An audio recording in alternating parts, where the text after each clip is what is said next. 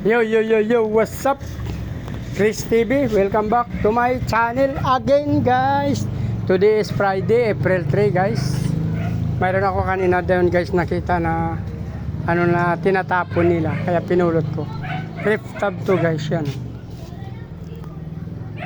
Nakita ko to sa labas doon sa may basurahan banda, guys. Binababa ng nung Kalakal Boys na naka sidecar. So tinanong ko siya kung itapon niya na, sabi niya oo naman daw. So pinuntahan ko, guys, may mga basura na nakapatong dito. Puno to kanina ng mga basura at saka mga styro. Kasi sa tong rep na pinagbabaklas nila. So ang ginawa ko, bumili ako ng sako. Yung laman niya na basura, kinuha ko. Pinasok ko natin sa may sako para hindi magkalat. Yung rep naman, tinignan ko, guys, okay pa. Pero mayroon mga, siyempre, pag rep kasi, may mga butas-butas, nilagyan natin ng bulkasil. So, timing naman may bulkasil na yung kaibigan ko. Nangiram na lang ako at hindi na ako bumili, guys. So, yung ibang butas diyan, pinagtatapalan natin. Yan, tulad yan.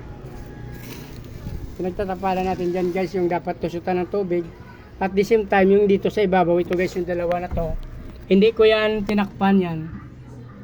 Tsaka ito.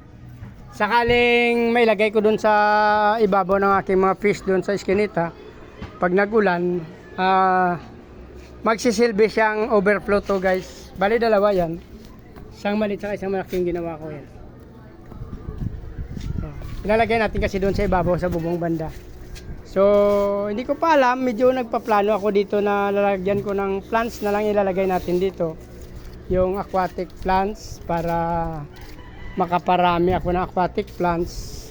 So, pag kumapal na rin yung mga plants, so plan ko rin na lalagyan siya ng mga fish, kaya yung breeder siguro, guys, breeder size. So, siguro kung lagyan natin ng tubig ng mga kalate, ito okay na to. So, balak ko siya lagyan ng mga water lettuce saka hornwort. Kasi ang hornwort ko dun, guys, na sa may terrace ko nandyan, kaunti lang, at the same time maliliit lang ng mga batya ang ginagamit ko doon. Mayroon naman na 4 liters na galon lang na hinati ko. So hindi siya talaga masyadong lumalago. Sumisikip siya kasi pag dumami na, tumaba na yung mga hornwort pag lumalago na, since maliit lang, so na sumisikip sila doon sa kanya lagayan. So ito, bala ko talaga lagyan to ng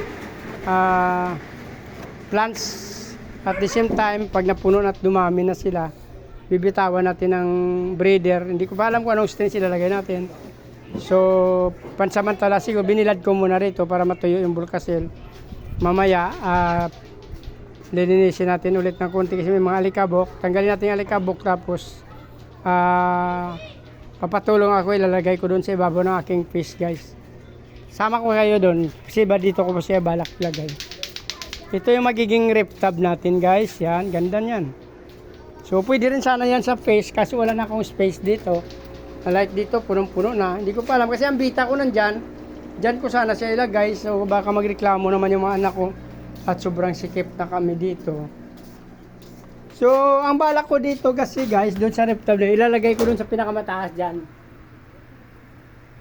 Ipapatong ko siya dyan kasi minsan nadadaanan din naman dyan ng isang oras to isang oras kalahati na araw. So lalagyan natin ng plants dyan sa ibabaw dito. Ipapatong ko dyan, guys, dyan, balak ko dyan. So plan ko pala, maghanap ako mamaya ng ng katulong ko para maiabot natin dyan.